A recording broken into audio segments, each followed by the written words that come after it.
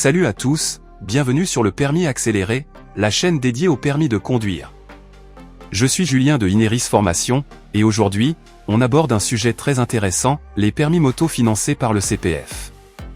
Restez avec moi pour découvrir comment cette nouvelle loi peut ouvrir des opportunités incroyables pour vous. La loi 2023-479, promulguée le 21 juin 2023, marque un tournant dans la formation professionnelle en France. Elle vise à faciliter l'accès au permis de conduire en éliminant les obstacles financiers et administratifs. Désormais, le compte personnel de formation, CPF, peut être utilisé pour financer une variété de formations, y compris les permis moto. C'est une avancée majeure pour l'égalité d'accès à la formation, ouvrant de nouvelles opportunités de mobilité et d'employabilité. Cependant, l'utilisation des fonds CPF pour le permis de conduire est conditionnée.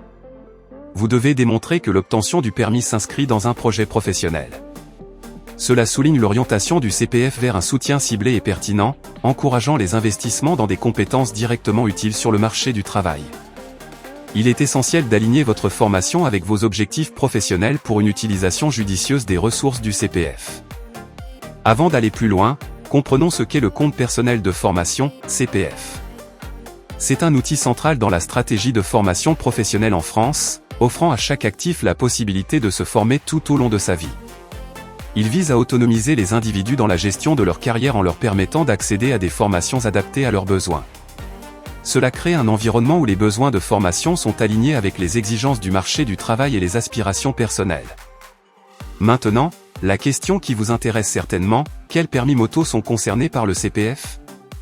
Avec la nouvelle loi, les formations pour les permis moto de catégorie A1 et A2 peuvent être financées par le CPF dès janvier 2024.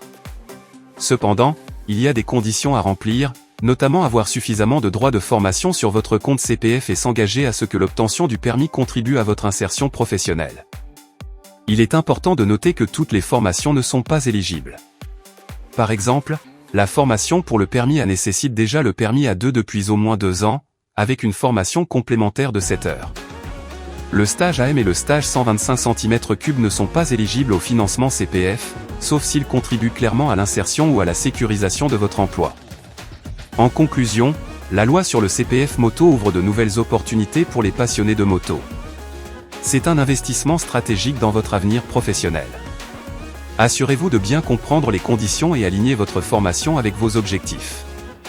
Si vous avez des questions, n'hésitez pas à les poser dans les commentaires. À bientôt sur le permis accéléré.